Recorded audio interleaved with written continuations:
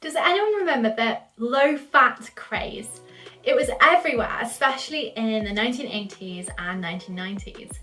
Maybe you still feel like you should be buying the lower fat option now, because it must be better for us, right?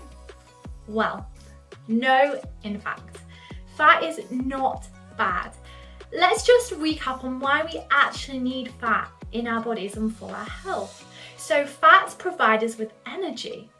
Especially for low intensity exercise, it can be one of the primary sources that we use for energy. It helps make and balance our hormones. It forms our cell membranes. It forms our brain and nervous system. And it helps us to absorb and transport fat-soluble vitamins, which are K, A, D, and E. Now I know they're not listed alphabetically, but this is the way I remember them. K, A, D, and E, the fat-soluble vitamins. Fat provides us with the essential fatty acids, so we have to have them from our diet, omega-3 and omega-6. We can't make them ourselves, so we have to get them from our food. So, as I like to remind me, unless you are a freak of nature, not made up of human, then you need fat. You need fat in your diet.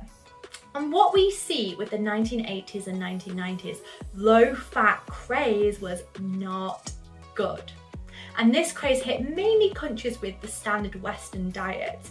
People did not get healthier or slimmer. In fact, weight and metabolic diseases continued to increase during that time. So looking at the rest of the world still enjoying their typical diets, like avocados and coconuts and full-fat dairy and blubber and fatty meats and oily fishes and olive oils, their health and weight stayed pretty darn good, pretty lean, less cardiovascular disease. And this is why. And before I give you the lowdown on what can happen when we go low fat, don't forget to like and subscribe this video and head to the description section, sign up for one of my newsletters and you can receive my free Getting Started guide. Okay, so this is what can happen. When we substitute low fat food, then it can increase the amount of processed food in our diet.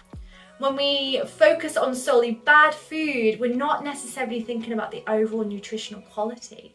Less satisfaction in our meals, more added sugar and salt on top of or to make up for the lack of fat, and focusing unduly on just one macronutrient instead of the complex bio-social, psychological nature of food.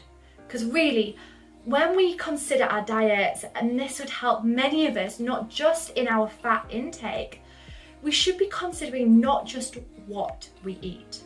We should be considering how we eat, why we eat, where we eat, and with whom. Our food fits into a whole life pattern, and that has complex social, cultural, and environmental influences. So does the type of fats that we eat matter? Yes. But if we look at it in the context of favouring more whole, nutritionally dense food, eaten slowly and enjoyed, and being mindful of reducing processed food, probably not so much.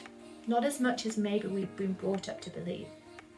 Some special considerations for fat take are how active you are, how much do you actually prefer to eat and feel good eating, and certain health conditions that affect your gallbladder or your pancreas.